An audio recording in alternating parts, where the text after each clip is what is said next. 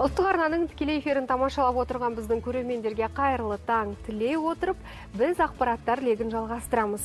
Қазақстандық өрендер тұңғыш рет робототехника саласы бойынша Венгрияда өтетін әлемдік олимпиадаға жолдама алады. Кеше ғана еліміздегі робот құрастырушы ең шебер жеткіншектер Павлодарда бас қосты.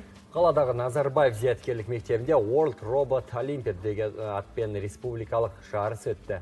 Оған 240-тан астам оқушы қатысты. Биылғы басты тақырып ақылды қалалар. Аталған жарыс туралы тілшіміз дәл қазір толығырақ баяндайды. Экранға салыңыздар. Бұл қала салатын құрылысшы Құлтемір. Кірпіш дайын болса қабырғаны бір өзі қалап шығады. Жарысқа қатысушылар адам тұрмысын жеңілдету, қолмен атқарылатын жұмыстарды мейлінше азайтуға арналған осындай ілкімді жобалар ұсынды. Заманауи тілмен айтқанда Smart City идеясы. Тіпті 6 жастан енді асқан мына балаларда тәп-тәуір дүние ойлап тапқан. Ақылды автотұрақ. Ол деген танымайтын машиналар кіргізеді, танымайтындар кіргізбейді. Орын қалса свет жанып тұрады, орын қалмаса кіргізбейді.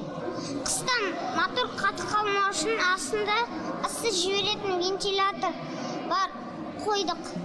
Бұндағы дәріхана да ақылды, құтқарушы бекет те ақылды. Ал мына Құлтемір қылқалам шебері. Кез келген геометриялық мүсінді айнытпай салады. Тіпті роботтар үшін аса қиын дөңгелек, иірімі шұғыл суреттерді де қағаз бетіне түсіреді.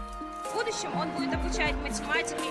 Болашақта бұл робот математика пәнін үйрететін болады. Күрделісі сол, есту қабілеті төмен адамдарға сурда тілімен түсіндіреді. Қазір бұл бағдарламаны жетілдіріп жатырмыз. Ал сурет пәнінен дәріс берген кезде кішкентай бала Құлтемірдің қимылына қарап отырып, қылқаламмен жұмыс істеуге машықтанып алады.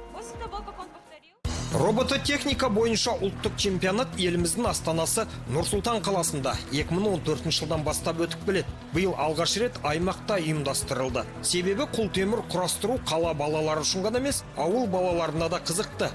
Биыл ауылдық округтерде құралған командалар да қатысуда. Қазіргі уақытта қалаларда керек нәрселерді көтеріп отыр.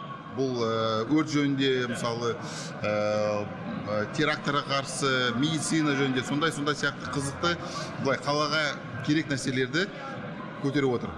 Проекттер жасап отыр сондай. Бұл балалар ертеңгі инженерлер. Нарық заманында оларға қойылатын талап өндірістегі өзгерістерге тез бейімделу, жедел әрі нақты шешім қабылдай білу. Жарыс жеңімпаздары осы жылдың қараша айында Венгрияда өтетін әлемдік олимпиадаға жолдама алады. Болат Аманбаев, Ерлан Омашев, Павлодардан арнайы Таңшолпан бағдарламасы үшін. Павлодарлық әріптестерімізге алғыс айта отырып біз жалғастырайық осы тақырыпты. Smart City идеясы 2014 жылдан бері көптеген өрендердің шыңдалып, үйренуіне жол ашып отыр. Қазір еліміз бойынша 1800-ге жуық робототехника үйірмелер жұмыс істейді, ал оған қатысатын оқушылар саны 40 мыңнан асады. Келешекте осы жеткіншектер жер жаһанға халқымыздың атын шығарып, технологиялық жаңалықтармен таңғалдырады деген сенімдеміз.